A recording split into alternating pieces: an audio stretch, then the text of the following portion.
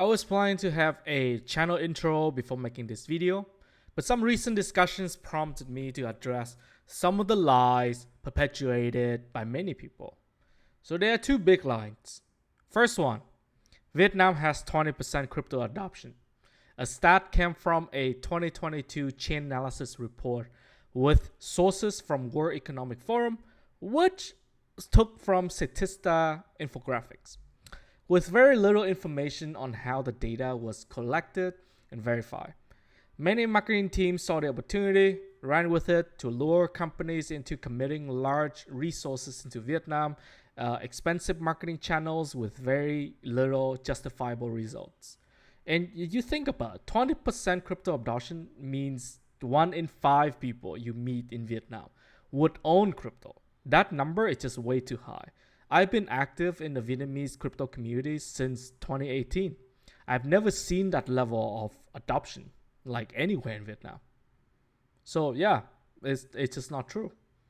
And the second lie is Vietnam has tons of developers. I see some teams claim to be able to onboard 50,000 developers into your ecosystem. So go host some big hackathon with us.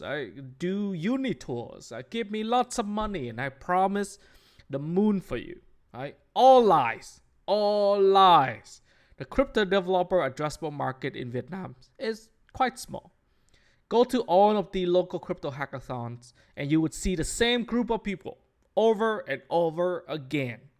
Not to also mention the unrealistic expectation that all these devs would become founders. That's just unrealistic. A lot of people just want jobs, man.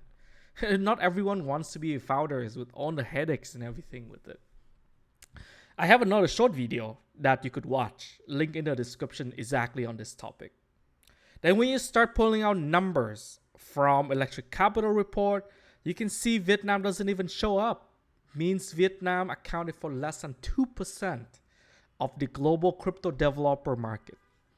Not that much compared to other places. Right? And to be honest, a lot of people, including me, spend a lot of time on contributing to the data that the Electric Capital report uses for the developer report. So I highly recommend ecosystem to leverage the report and to make decision. So well, until this point of the video, lots of negativity, right? But I have some good news for you. Vietnam still has a bunch of strong fundamentals.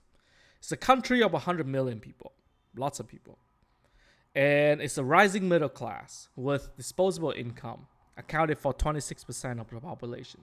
It's a sizable population with disposable income. It has strong GDP growth consistently year over year. That means the potential to grow the middle class is even bigger. So people have more income, people are happy to spend more and to invest more. So it's a great opportunities for crypto companies to join. It's relatively cheap to run campaigns, right, to onboard users and developers. The salary range in Vietnam is much lower than in the West. So you can, hire ambassador, you can do things, you can spend on activations. It's a lot cheaper. Even with indecisive regulations so far, right? Indecisive, and that's something I stress very hard because I already see people saying that Vietnamese government is open to crypto. Not exactly. They open to talk about it, but the main battle on to decide what is, CeFi, what is centralized exchanges, what is DeFi, all these things is still going on at the moment. But despite on that, adoption is still relatively okay. Just not as much as claimed.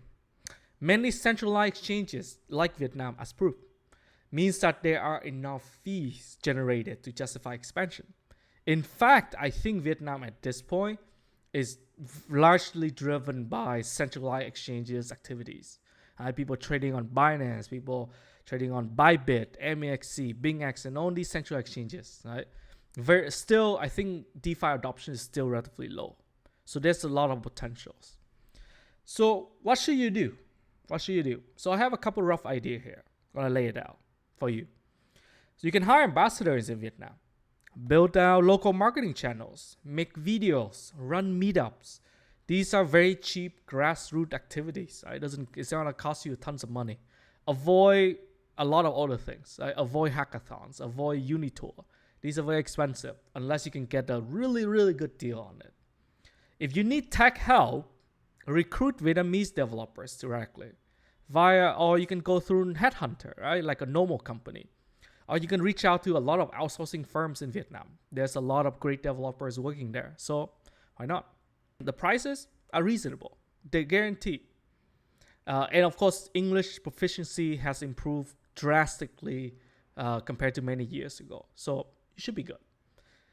Or, you know what? Feel free to reach out to me directly, to discuss more or just follow on my activities. I run multiple initiatives from DeFi.vn, which is an educational site, to onboard Vietnamese onto DeFi rails, to BuildStation, which is an initiative to contribute more to open source in crypto. Yeah, just hit me up. Happy to help, especially the Ethereum ecosystem. I'm here to help. Peace.